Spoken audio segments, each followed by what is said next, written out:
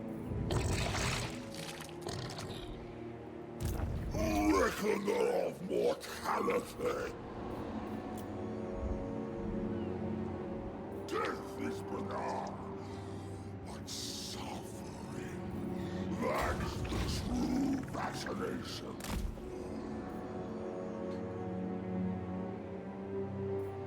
Health is a finite concept. Plague counter to scores of spores. Plague.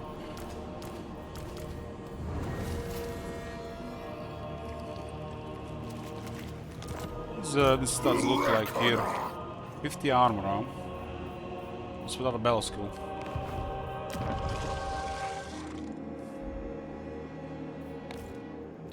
Malus on the left and Boris on the right, and we still got to pick what to do.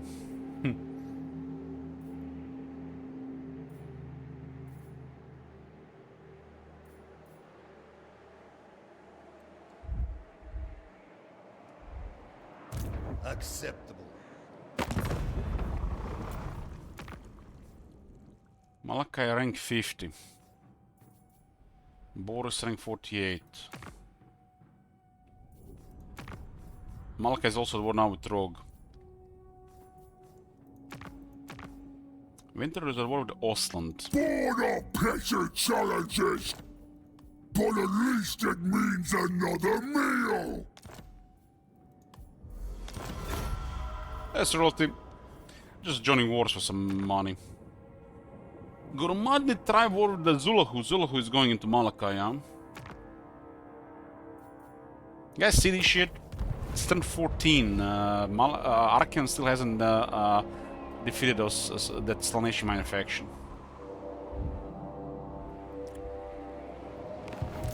Rot You think Archeon would tend to roll high potential and actually be a threat? Yeah, it's not ugly, you know, it can be boring. Tallymen. It's even better if some people in the chat hate Nurgle, so I can enjoy it even more.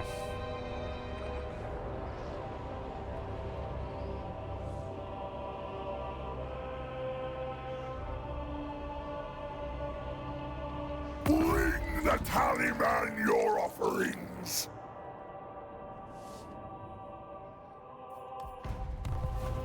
Shit faction.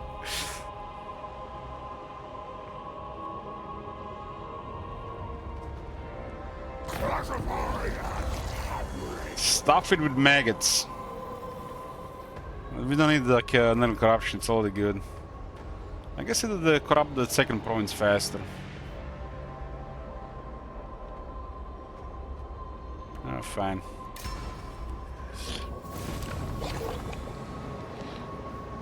Fine. No, we get even better demonic infantry.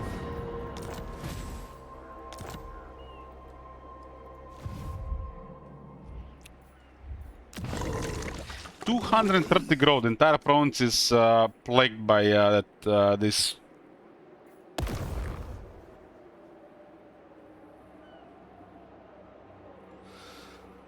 Okay. We have plagues of Kuldan, but we can't afford a cultist.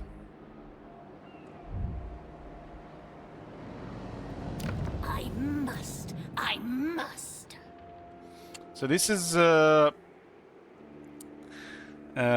Legion of Chaos income building on tier 1. It's one of the worst. And this is Nurgle income building on tier 1. I guess it was not the time to rework the Legion of Chaos yet.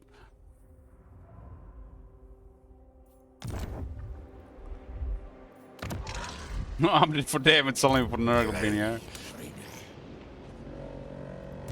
bring ruin. We must move. Finding more symptoms.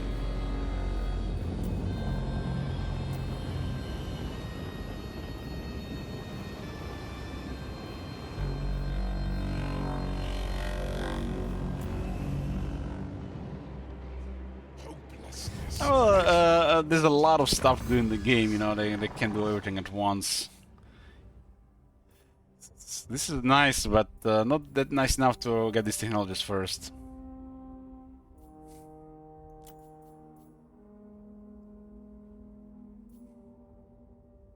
There's some nice stuff on the right stuff, but let's get these faster technologies.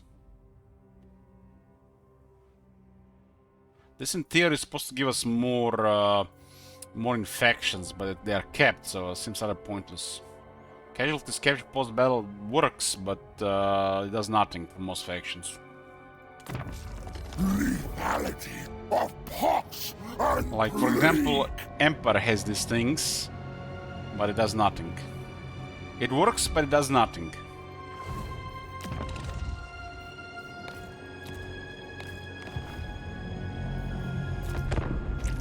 Final galloping consumption tally 1,249.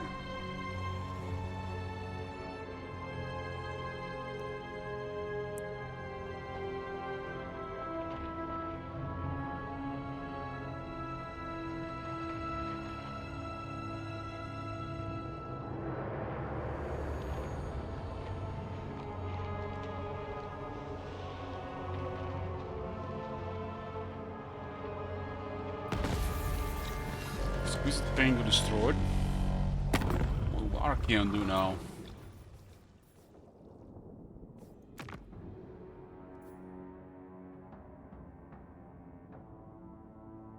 Archon is 34, Boris 48. Boris actually expanded.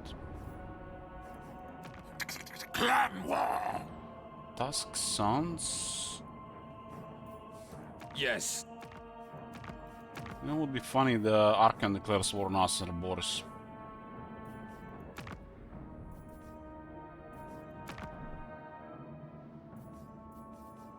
This guy somehow managed to get a war with Azazel.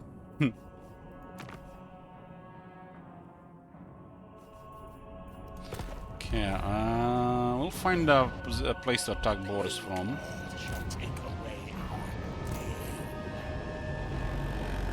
Refresh the plague. Despair. Proctor of Pestilence! Might not be anybody here. Unless we march towards it, we're not gonna be able to attack it next turn, so we lose our entire turn.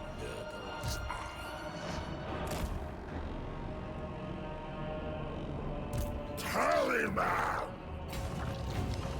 Again, this guy could attack it while this guy reinforces. No dallying! I kinda wanna hide the army, so any local armies move towards us and we kill them. It's -10 here though. Infect the body. Tend the soul. And we can no longer channel now because we switched. We continue until I say otherwise! Why is this one so straightforward and basic compared to the other ones, which are literally just... They don't know, what they were trying to do with them.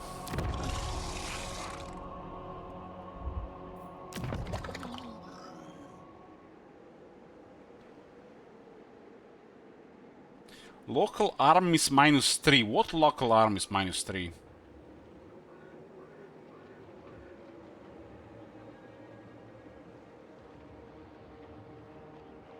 As invisible armies here dropping our corruption.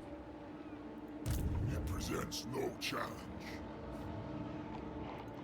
You fight on the side of true power. We'll get him to war with Boris.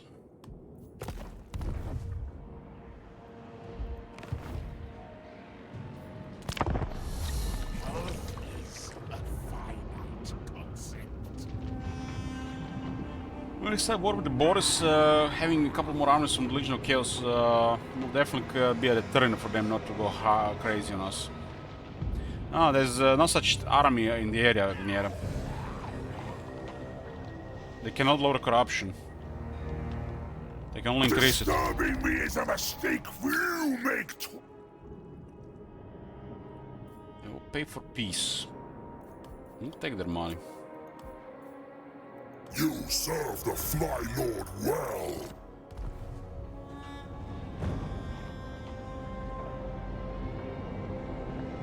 I had the local armies debuff in a province with no armies, Agniera. Something that just appeared happening without any explanation.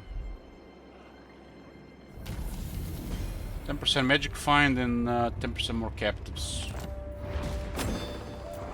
The Zdula who is been revealed.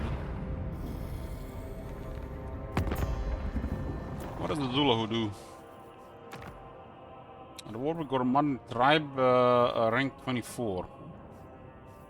Ma waddle barakzara magratnas rung.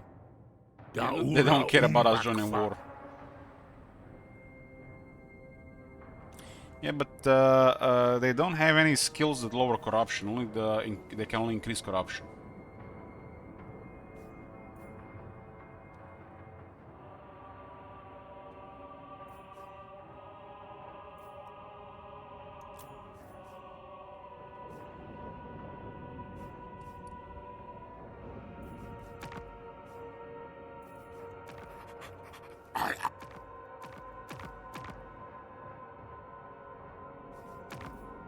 Are you here to negotiate? Or to be speared like a pig? What is he gonna do next? He's definitely looking for enemies.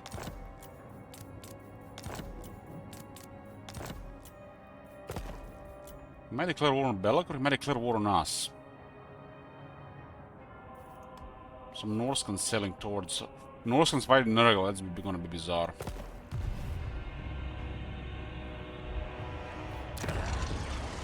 Okay, get tier 3 in the capital.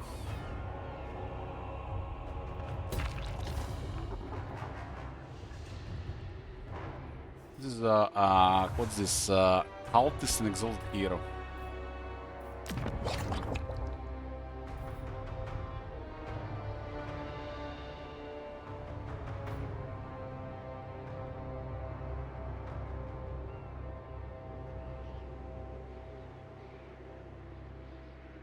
Finally done some proper trades here. 4 defense and 10% damage with the Plague Bears. Holy shit. Holy shit. Might even work.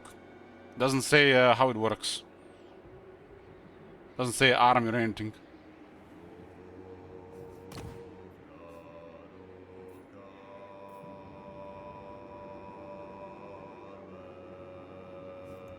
Let's hope this one works. Cultist of the Fly Lord. Time I see a Colossal Nurgle, remember those Children of Atom guys from Fallout universe.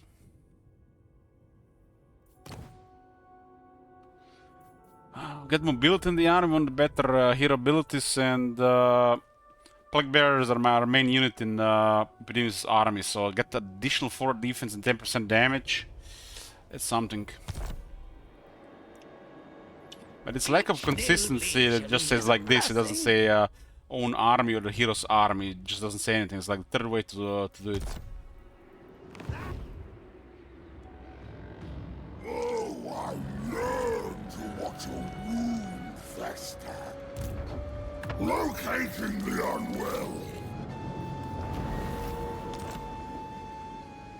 War with Boris. Father Ursun wants an example made of you, swine. Burning Monolith was just fully constructed, huh? Decay brings life. We get any work coordination immediately? Nothing rolled yet.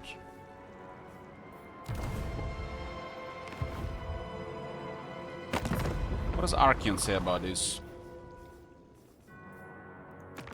The Eye of Sirium has already told me your 4.8. but I will. Probably declare I had a high chance to declare war on us and then on them. A crusade! Chronicler of Disease! This is a tier 2 settlement, but it's out of the way.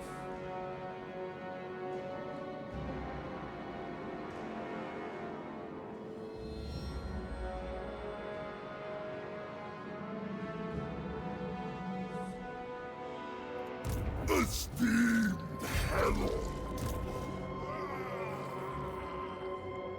With Nurgle's esteem. Cataclysm. Desecrate. I'm gonna hide the main army in case somebody's in the area, so they move towards us. Chaos. The reinforcing army gets less experience, but it'll be fine in this case. Number of living worms in the host. 353. Outstanding. Again, losing power per turn. What the hell? First the bloody pox, then comes the food. It's almost like the bad winds are following Epidemius. Let's get a scout here. Plague counter.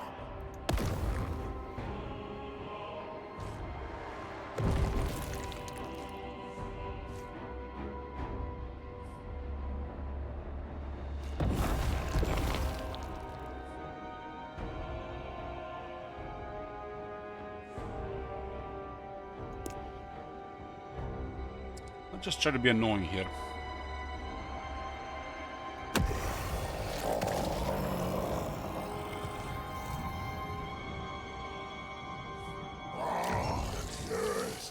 They still don't have a trait to lower chance of harassment since they have no rank. These heroes, unique heroes, all have a really high chance to get messed up by enemy heroes because of it. I really ought to have a trait that lowers it by 10%. Cultist.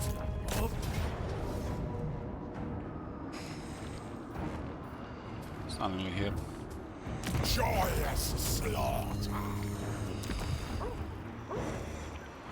A stronghold of light. I bring despair. Another players smell bad. Isn't there like a praise to say to the Nurgle guy?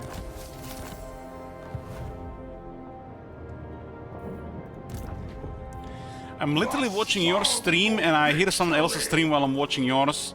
It's because this shit is so boring, you know, playing Nurgle. I just watched other stream while doing my own stream.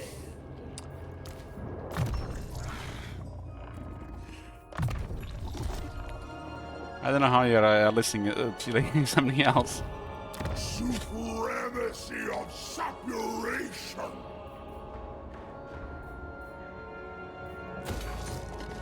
Mana is low. Plague Pandandron. Sheria, I don't know where the Sheria is these days. I miss her dancing. Shall fester. Turn 17 and our main army is rank 7. Tells really there's nothing going on. Maybe Boris will send some stuff on us. It didn't look like he rolled any potential.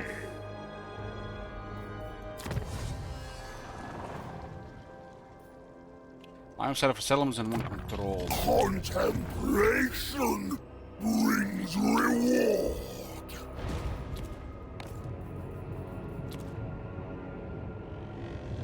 I tried listening to ASMR while streaming in the past, and since I'm hearing two things at the same time, and ASMR is just, you know, relaxing you too much, my voice gets real quiet.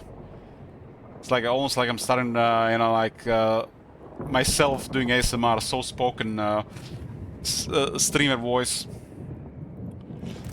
Rot weaver. That doesn't work. Twitch doubling their viewership but doubling your streams. Well, they gotta pay you somehow for the for being here. The bell tolls.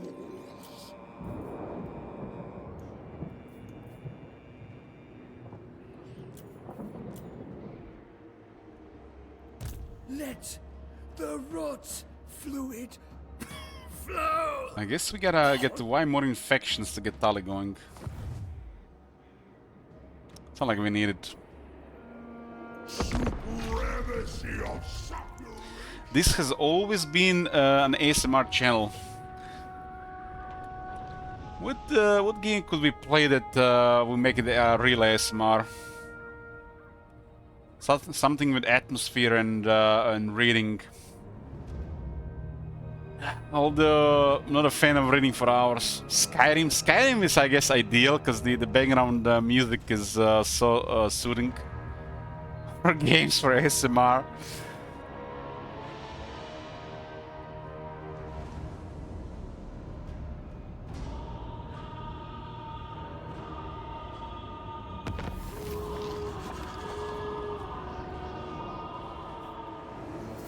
I guess Battle Brothers comes close because when your enemies are getting screaming, you know, agonizing deaths, it's music to our ears.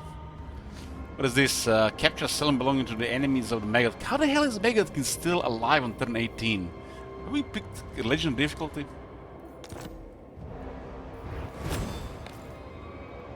Cultist of the Fly Lord.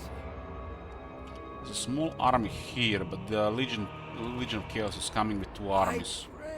I mean, look how powerful these guys are. The war just started, they already move with 2 armies. Boris is screwed. Look at this. Everybody's favorite Claw. And we don't even have to get proper military at all. That's why it's so powerful to have a Legendary Lord as your ally.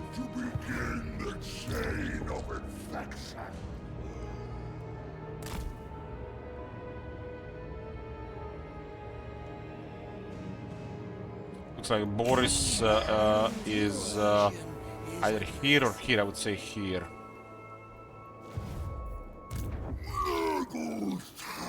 And we are right next to Archeon. It's not gonna like that we are messing up Boris instead of him. Let this world turn to filth.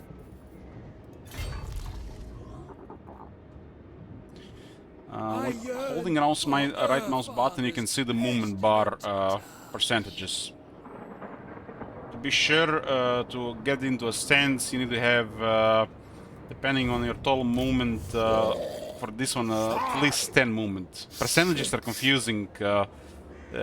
Just count these 10 points. They haven't worked in years. This is basically total movement amount. You can see it in the bracket. So you don't need 10%, you need 10 movement. But as your movement gets increased, you need 11.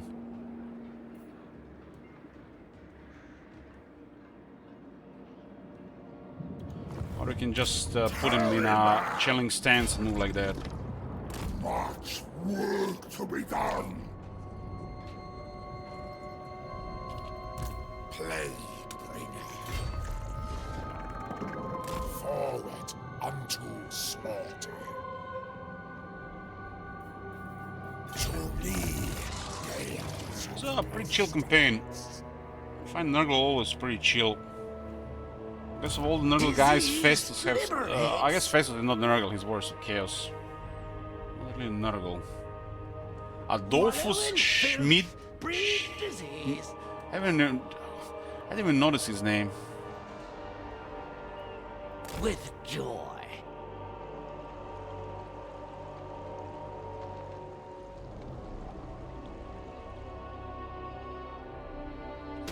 I've actually seen, while I was walking the other day, this short where... I'm not sure it was pre-60s. I think it was pre-60s. For a couple of decades, people were actually naming their children gay. It was a name because of a popular song.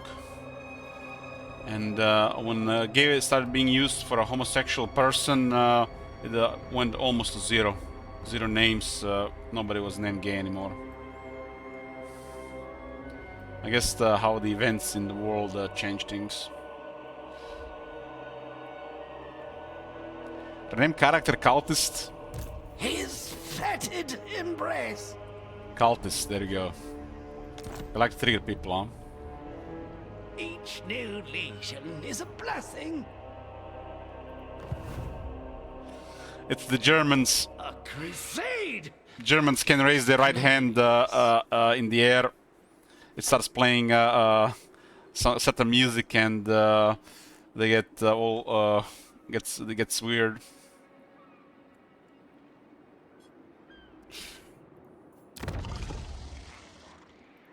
It serves chaos.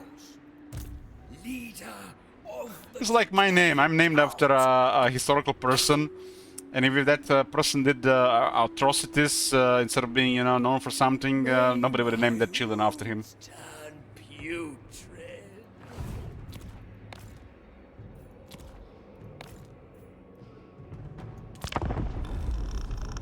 Disease.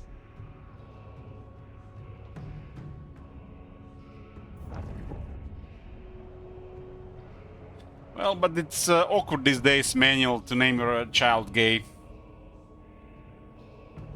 Might as well name her Duakin or Khaleesi. Less awkward.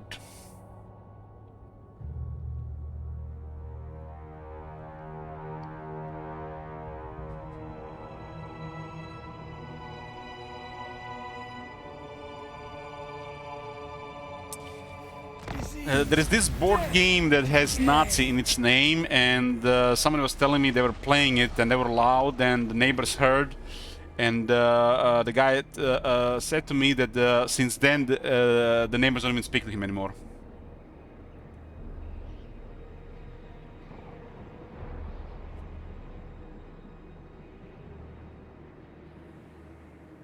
And they were just playing a board game that had Nazi in the name. The neighbors thought they were like, I guess, neo-Nazis or something.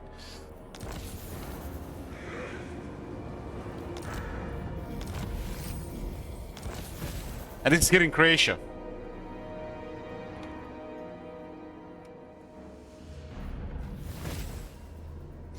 Name your child Slayer of Kings. I can never disappoint you more than the sword.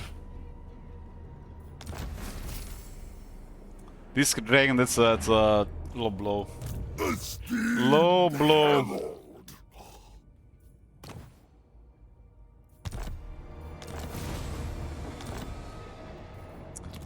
Yeah, Boris is getting overwhelmed all of a sudden. Even the Arcane is on the move. I'll have this world.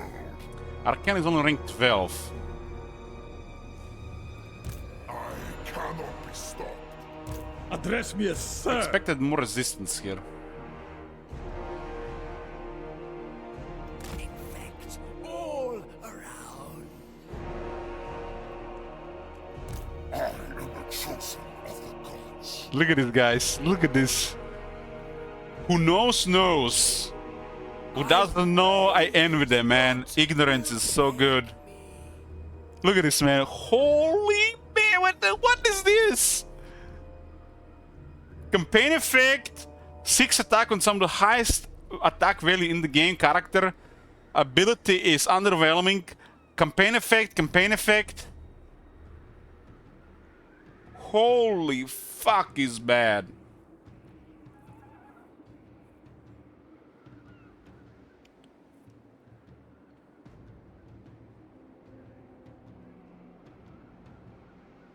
This weapon should probably give like 30 weapon strength, among other things.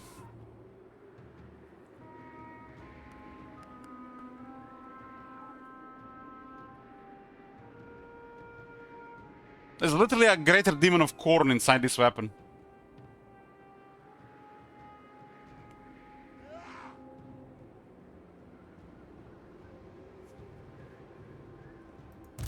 Now is chaos. That is so bad. Look at Arcane, has 70 attack and Frenzy. Without anything else, Arcane has 80 attack. It's godly. On the base. And his weapon grants him 6 attack. Guides me. No damage.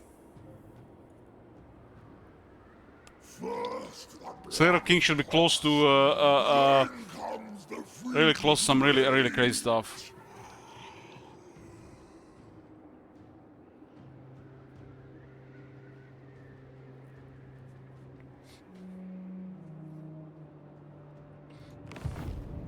Spread ruin on Oh, look at this! Saber Claw.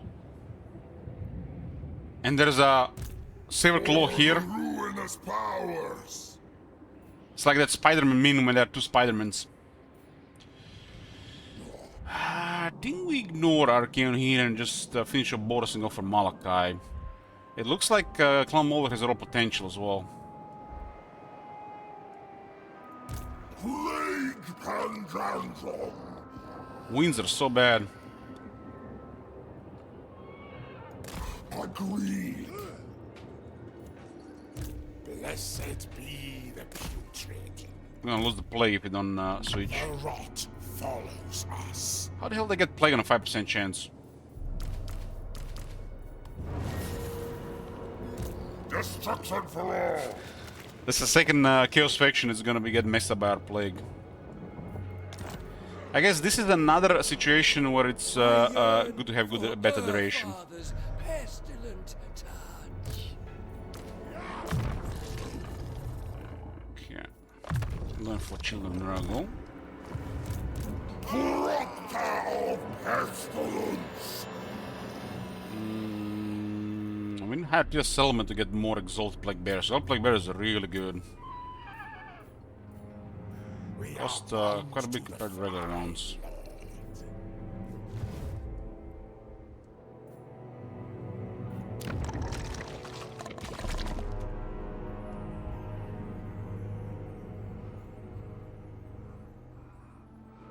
I've never installed it. It's not true foiled. What happened foiled was I failed the Sabaton stream. I have fallen asleep before it was done, and that's why I got VIP. I put something really bad to happen if I fall asleep, and it did happen. Somebody literally gifted like 200 subs and went to bed, so I was demoralizing. I wanted to be successful, but not stream another 5 hours.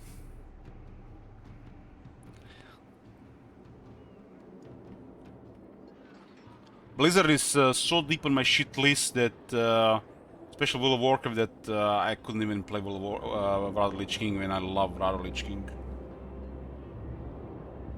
Have I played New Bolt Rovers? No. I haven't played Dwarves since the new patch. We might put the goal for the Belagar campaign when we clear 500. My work is right. I worship the Earth Father. On our fetid feet. Dwarves are really fun. No shit.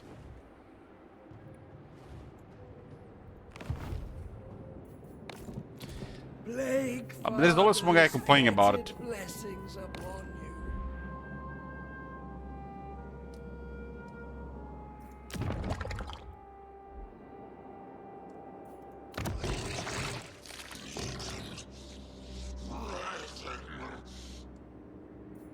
Why am I not playing them? Because I got all the stuff to play.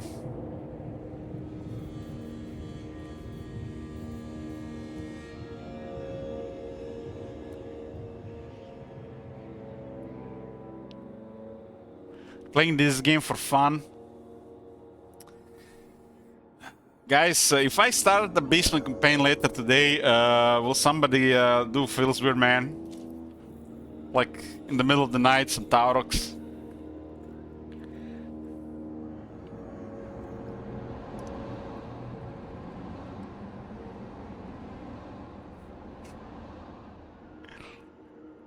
I'll judge you silently.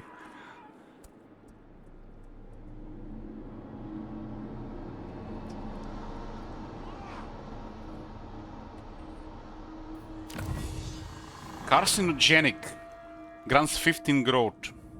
I guess cancers are kind of like uncontrolled growth.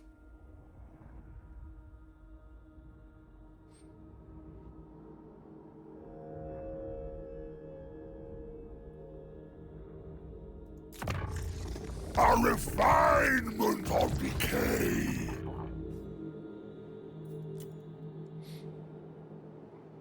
May my wounds turn putrid. How did they decide 2062 on this quest? Reckoner.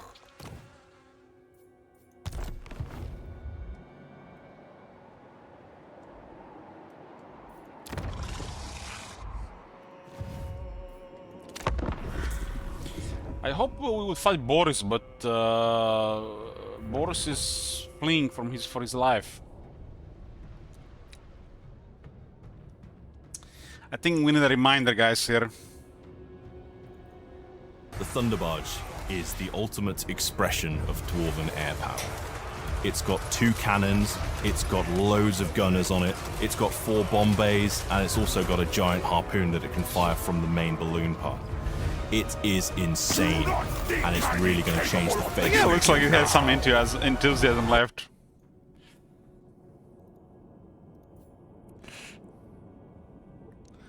It got nerfed twice since then, right?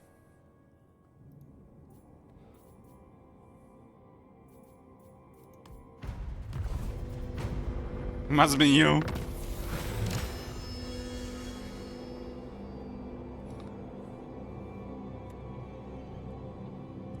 I mean, it is OP, of course. We can actually look at the third one.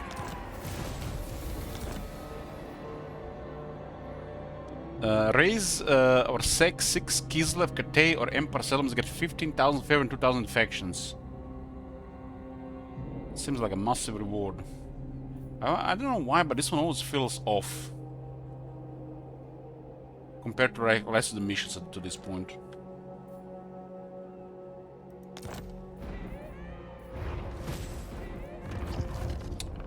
I didn't unlock any of this and the mission completed. Nice. Looks like a bug. Follower of Pestilence. My life shortens, my soul sinks. Archeon has raised this place. Now is chaos. Kneel before the Despair Lord. Reckoner of mortality. Convey your master, little ones. I guess Boris is hiding in the Skaven territory. With Nurgle's guidance.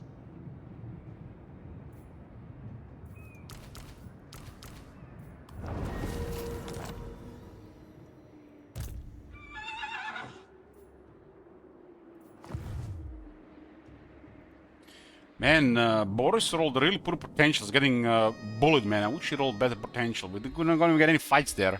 Like, what the fuck is this? It's turn 20, we're rank 7.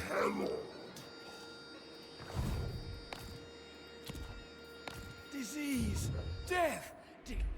Okay, Noise and Tumor can get some more tier 3 settlements. I guess the port first makes the most sense. It's a really good port.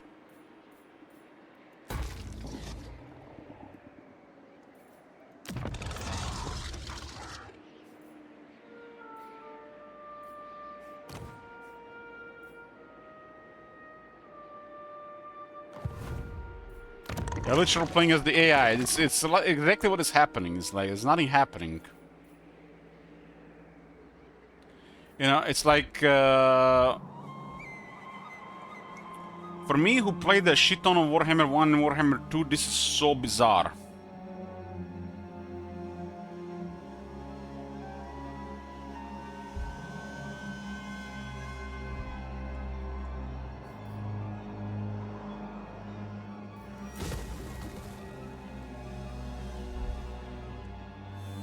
So basically, how does this feature work there is you make sure they're 1 turn difference. So one is 1 turn lower, and then you just exchange units and you refresh the plague when it's about to expire. So in 2 turns, this one will expire, and this will be on 1 turn. And then this general put his Nurglings into this army for his Nurglings, and last turn of the plague will refresh the entire plague in the army back to 3 turns. Crusade against cleanliness. We are leveling this guy to be a second general anyways, so it's gonna be doing this anyways, following around the main army.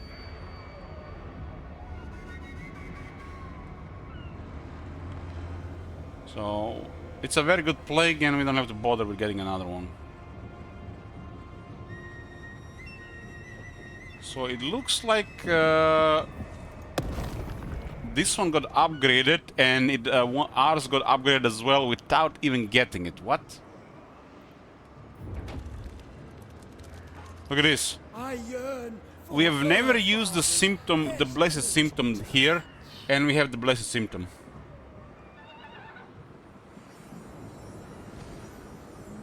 Double the replenishment and buff the attrition if it happens. I guess another feature.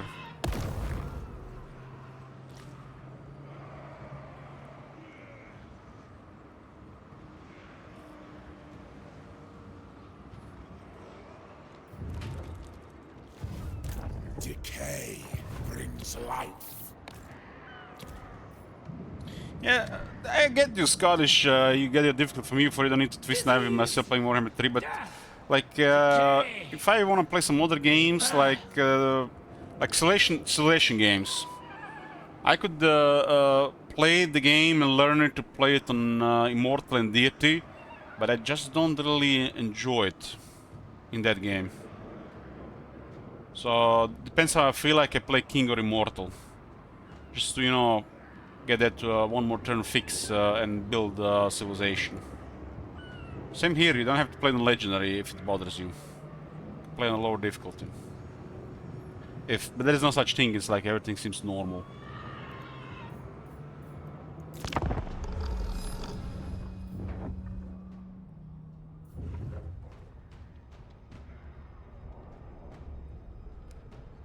Given enough time and knowledge, you can learn and adjust to any difficulty in any game. Doesn't mean you have to.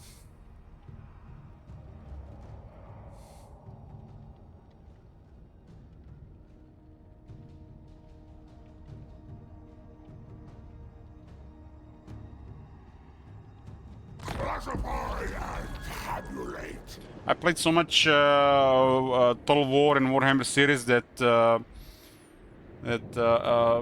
everything under Legendary seems so underwhelming. But we got even worse in Warhammer 3. So it's kind of like taken away from the game from Warhammer 2 to Warhammer 3. At first, nobody was complaining about it because everybody was playing Legendary, and you know, somehow, you know, they were doing it without, you know, complaining. But nowadays, especially since last year, even the plebs are starting complaining that there's no difficulty.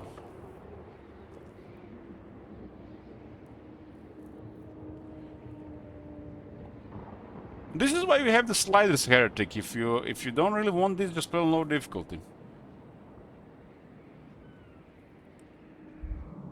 You think this campaign would be worse if there were like 6 armies on our ass the entire time, like in Warhammer 1 and 2? Instead of nothing happening. So you got Warhammer 1 on the right side of spectrum, 20 armies on your ass while you're trying to progress. Then you have Warhammer 2, half that, still a lot on Legendary. Then you have Warhammer 3 on the completely opposite side of spectrum, nothing going on. Like the player is not even in the game.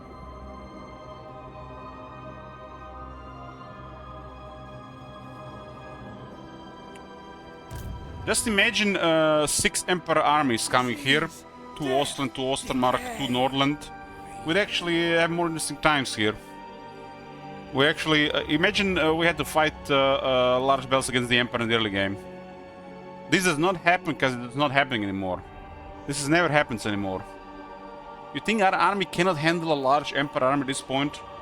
We can handle one large battle every 2 turns. It's not happening. Nothing's happening. We can't even level our lord or hero how nothing is happening. Instead they're ignoring us because they don't have desire to fight us, because They are on the opposite side of the spectrum.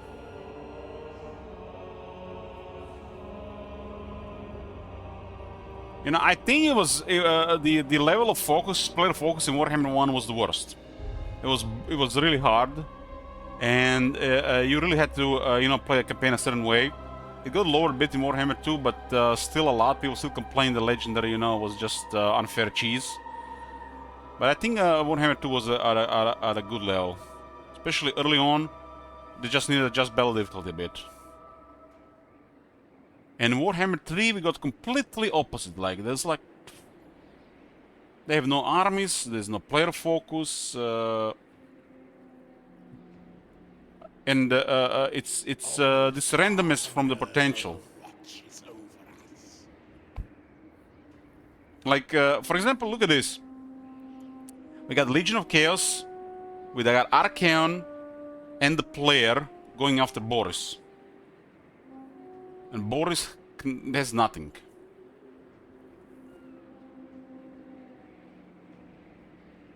Nothing. Would make more sense if it was like in Warhammer 1 and Warhammer 2 they rolled crazy potential just because the player is nearby. Instead of making a boring early game. Just think about it for a second. Because that's what's happening here. In Warhammer 2, they always roll high against the player because the player is... If you see the list here of Hag, Grief, Ursa, Alice, Massive Invasion, this is a crazy player focus against you. Here there's nothing happening.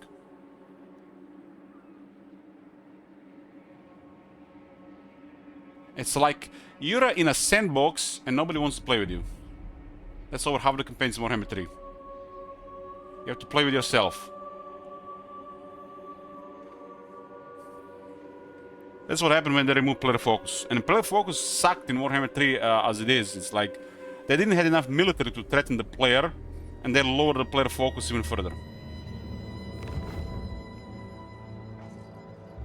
Like at the start of Warhammer 3, playing a Kislev campaign, that was legendary. Like, go watch my Ice Court campaign. That is the only campaign that I actually experienced legendary in Warhammer 3. Like, legendary. That's like Warhammer 1 difficult legendary.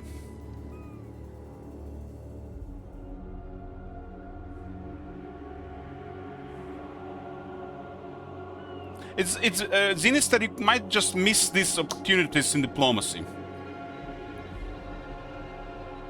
Or you just, it could be it could be a lot of factors, but the main factor is potential. The potential, this random roller coaster of difficulty, and you can open diplomacy and see it immediately within a couple of turns, and then you just adjust diplomacy to work in your way.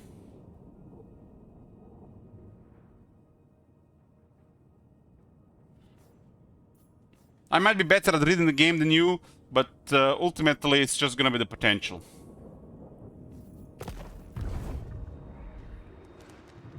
Infect the body, taint the soul.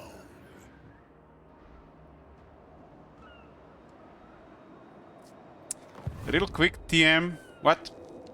Ah, yes. Hey, Felwich. High virulence indeed.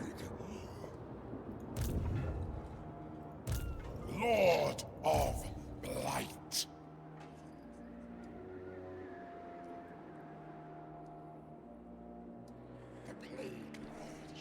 Wrong chat. So this is how it is, Felwich.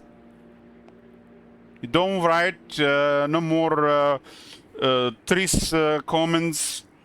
The only time you write in this chat is when you misclick.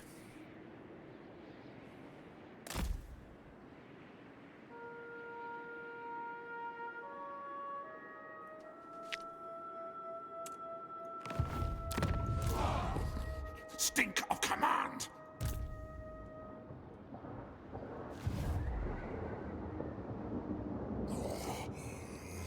It takes just one. Epidemius is a really cool faction. That's I like Nurgle, but I think this is, you know, even a step further. But this is a very boring campaign.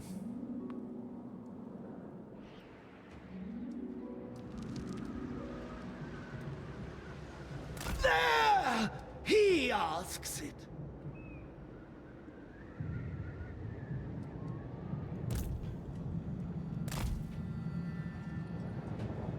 I pray his rot will take me. Spread ruin on them! On the trail to despair.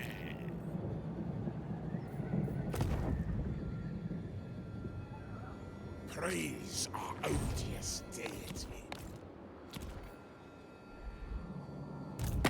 What could you possibly offer me, mewling sworn? I am ever chosen! I guess the only way to make it in this is just declare war on everybody, and then just like... you would wish that it wouldn't be further artificial.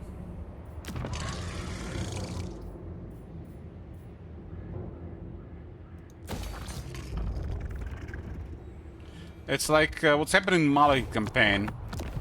We should go tonight in Malekith campaign, declare war on Grom, and see what happens. There's some really big issue here. It's like it's completely broken.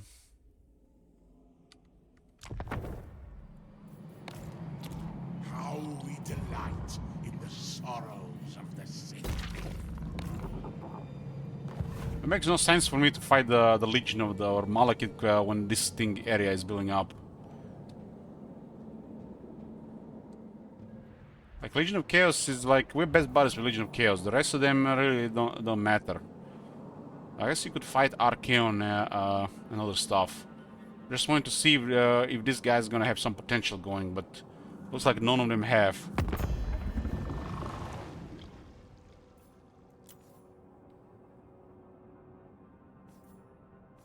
The game even allows you to get a non-aggression with Malus. Boris has no potential. It's like a normal difficulty there. And Malachi is even worse. It's like he's getting worse. One of the first potentials that we actually noticed in the game was Crooked Moon in Warhammer 1 and even Warhammer 2. There was really no such thing as that crazy focus and stuff. But before the Greenskin rework, Crooked Moon had the hardest enemy, by far. It was like nigh impossible and legendary for most people to deal with the Clan Angrand. They would sometimes get 4 to 5 armies on you if you didn't rush them.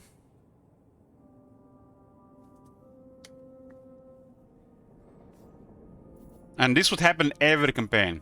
So the moment you start Crooked Moon, you know you're gonna be pissing blood trying to defeat Belegar.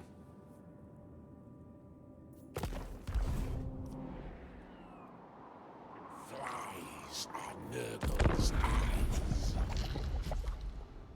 Why is he not taking that settlement?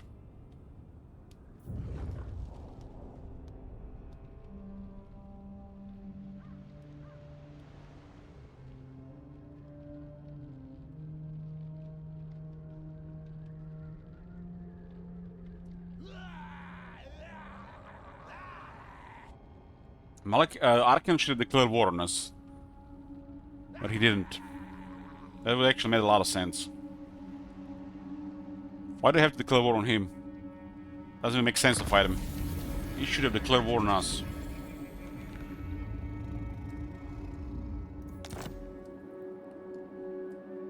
I pray his rot will take me.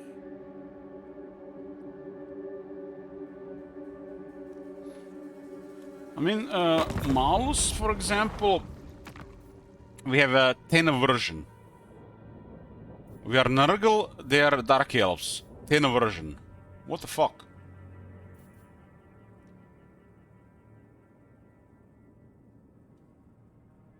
Look at this, Malachi is actually taking damage from Trog. I swear, if Malachi dies to these factions, it's like... I'm gonna declare this the worst campaign.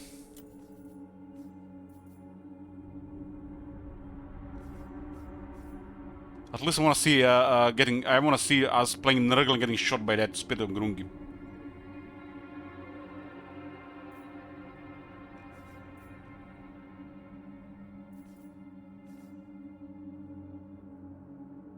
I mean, it could be that. But is it the Nurgle demon inside him? And it's still Dark Elf.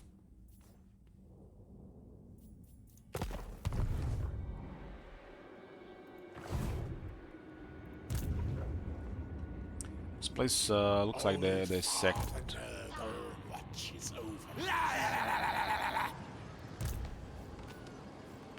Chronicler of disease!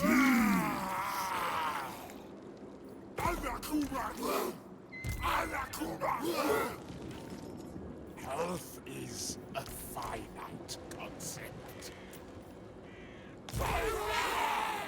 Sorry, Nurglings, you gotta go. How we delight in the sorrows of the They will march with joy.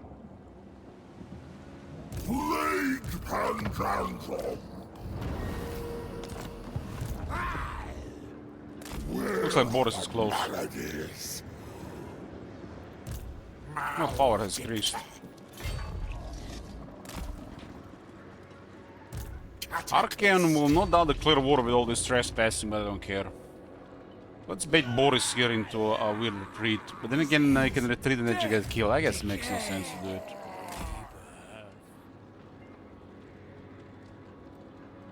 Yeah, that's been a feature for a while. No, no. No, Boris Arm is around.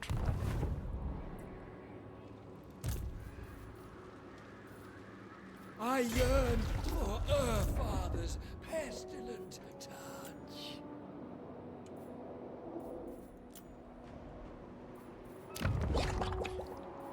We got a building available here. This is a really poor building for 3 tiers.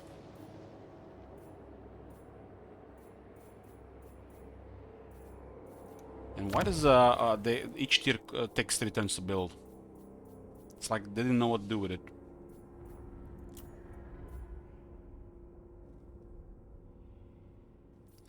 I think this is 110 growth, huh?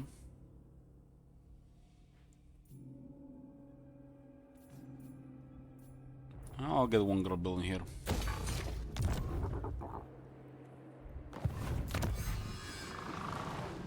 This is corruption movement range. A great boon! Boris is somewhere here. And the latest talent of the Abacus! How many battles have we done in this time, really? 6 battles. In 22 turns. Man, I should play Vlad or something tonight.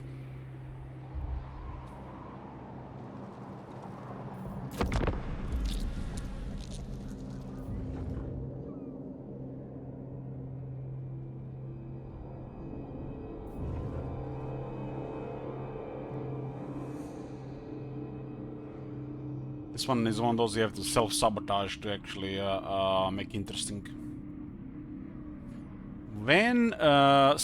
Wencelessness Warcrux.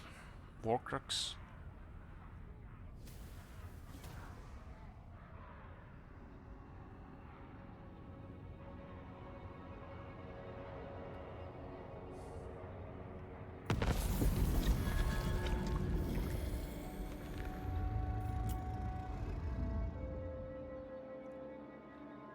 Can't believe this plague are spraying on 5% chance. Spirit of Mork.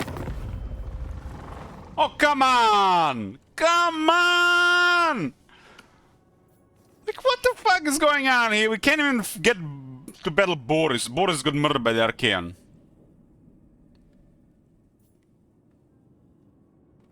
Every campaign, Archaean gets bullied by the Boris, and now Archaean beats Boris.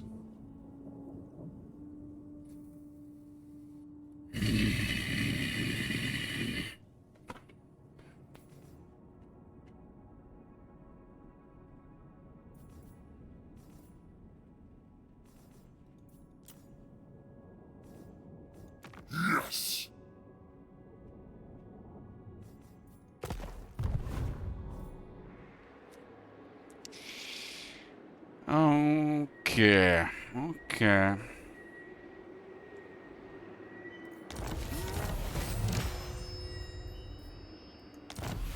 Arcane is not even our objective. It's Boris, Malus, and Malachi. We follow the spore with haste!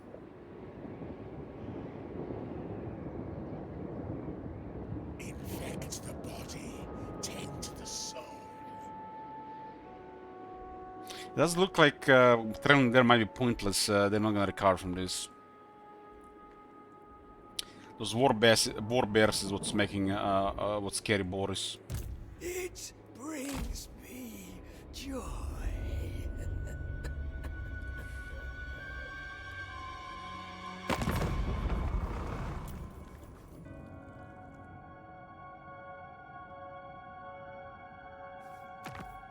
Don't anger me.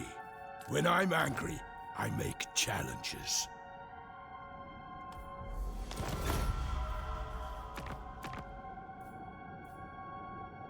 Malachi is taking another settlement. You get attacked by the Zulahu.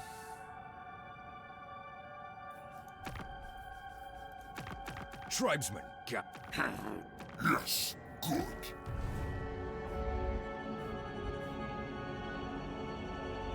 My life shortens, my soul sees.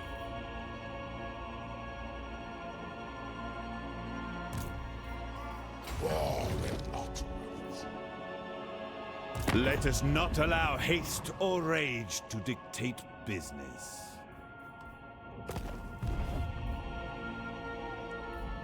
I'll let Malachi build up. Go kill Malus. Adding to the tally. I wanna see that thing in the air. Flies are Nurgle's eyes.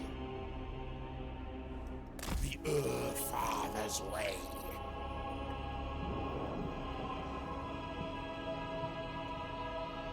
If I cancel the non-aggression now, he might attack us before we even reach there.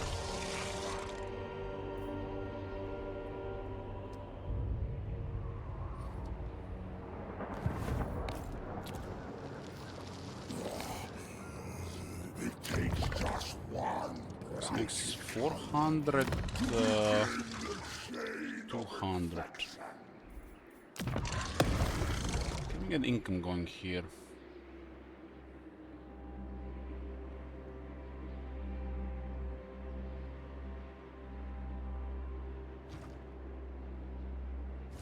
It's okay.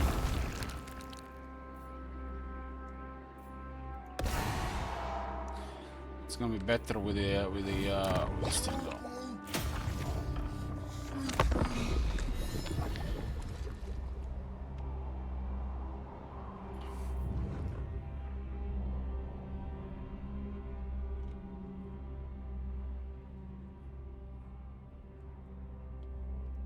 I remember them specifically saying the player focus due to distance. But it looks like it seems all player focus. Because there's no reason for Archaea not to declare war on us here. Should have declared war on us several turns ago.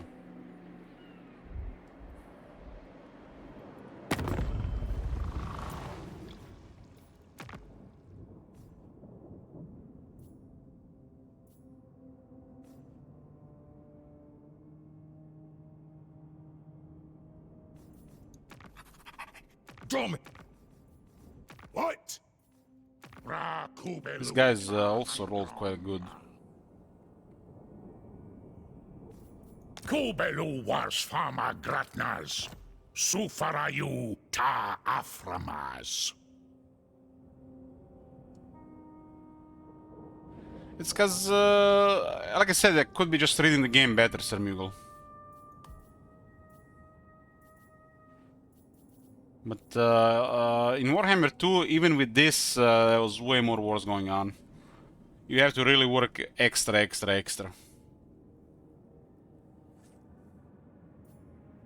Here, you barely do anything, and still shit goes your way. Sulav!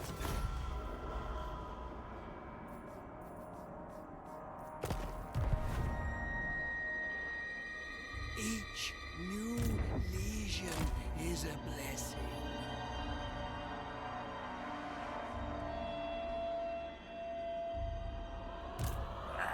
Against council orders! 6, 7, 8. All shall feast.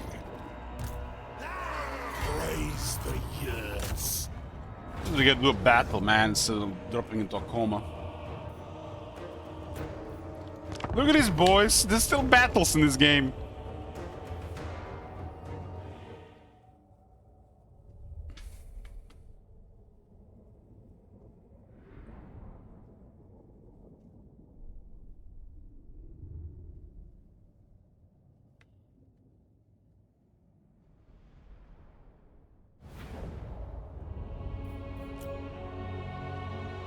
We got a couple of weapon teams. Weapon teams are really good against Narago, but we got fast stuff in this army.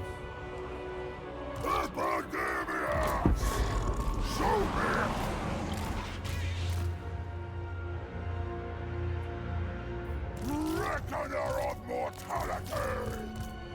Worshipper of disease! It's a line of plague bearers. We gotta just keep their weapon teams busy and they can't do anything.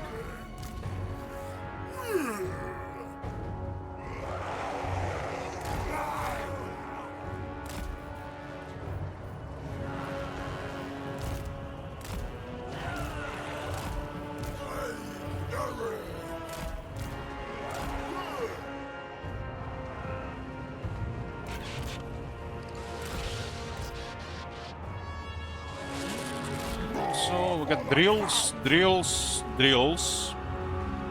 globadiers and 2 wolfire throwers. Wolfire throwers pretty good against demons.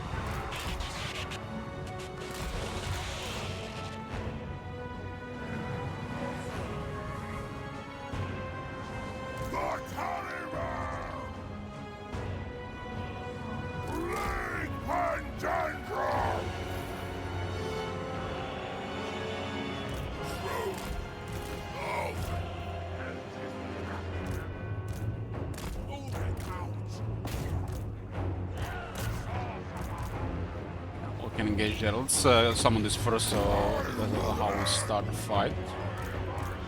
Send everything forward, missile things. God's bearers! Enemy, die! I want the drills to activate, but not on the wasps. On the wasps, what do they call the flies.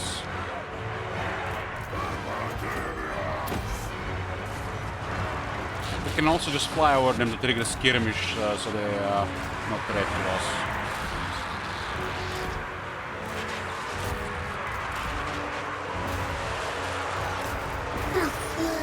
No doubt they'll do some damage. On festering foot! We pin most of them now. Let's get the globes first.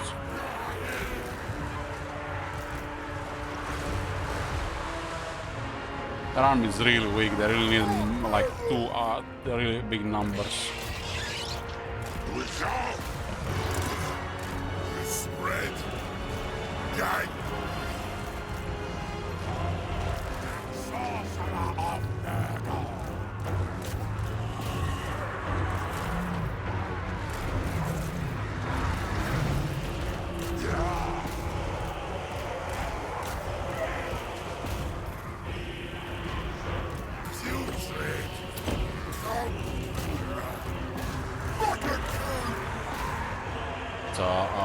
That's a warlord, not out yet somehow.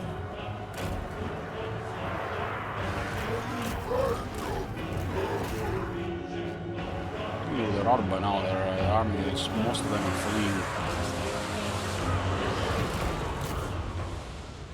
Look at this unit. We've taken 5,000 damage, 7 casualties. It's like Iron Breakers level. And they're still missing 10 Feast of the Beast. Mega King!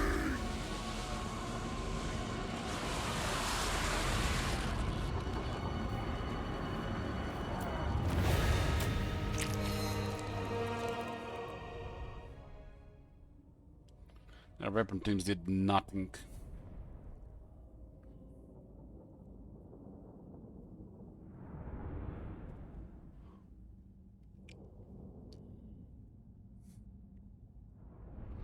I joined the war for money. I didn't even know that army was close, but goddamn, finally we got a battle here. Skaven, I think, very good for infections.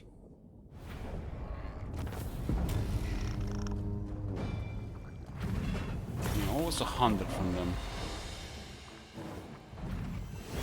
Think kill the lords on extra money? That doesn't really matter. Carry us for the harvest!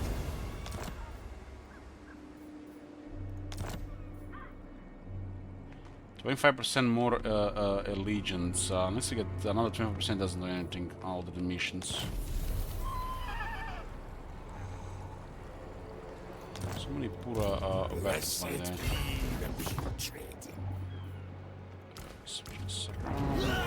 All shall fester. Artifacts to empower me. I'll make a move towards Malus. I bring despair. Boris seems to be overrun, so we didn't even have to fight his army. Epidemius! How are we gonna cross a a river made of lava? I cannot. 2 scores on sprawls!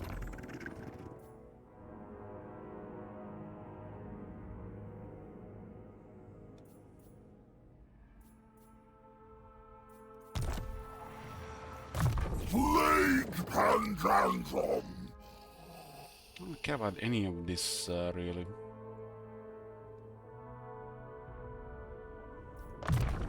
Nurgling Breach. Good one, good one.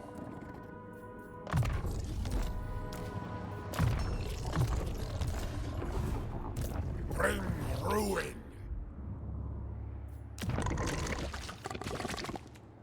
Economy is really tight here.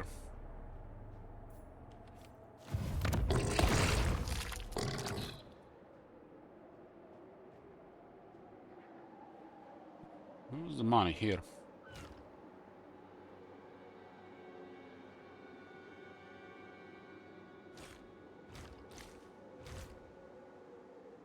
Only 10% though. I guess it's better than nothing.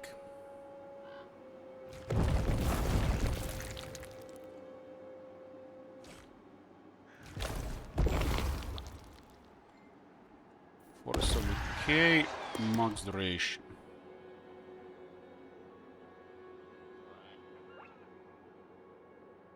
May this run rampant!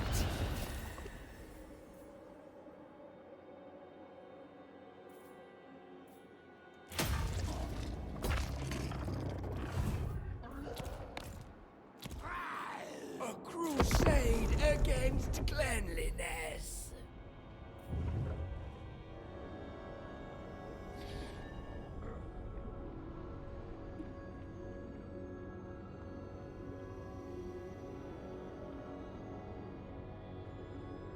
This is gonna be it, boys, for now. I'm gonna leave the Heimskar with the shackles. I'm not sure when I'm gonna be back, but I think I'll be back.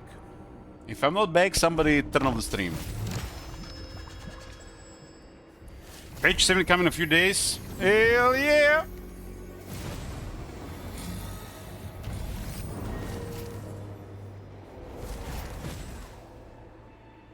Five hours of kept. Yeah, I don't know. I'll see you guys.